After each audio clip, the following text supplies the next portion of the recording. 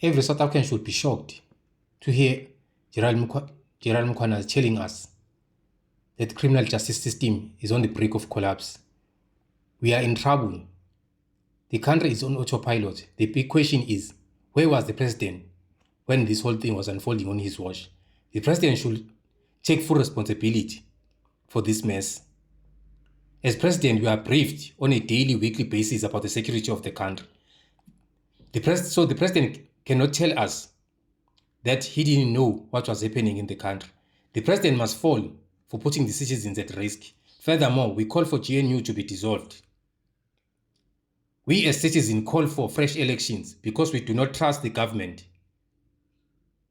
They have failed us dismally.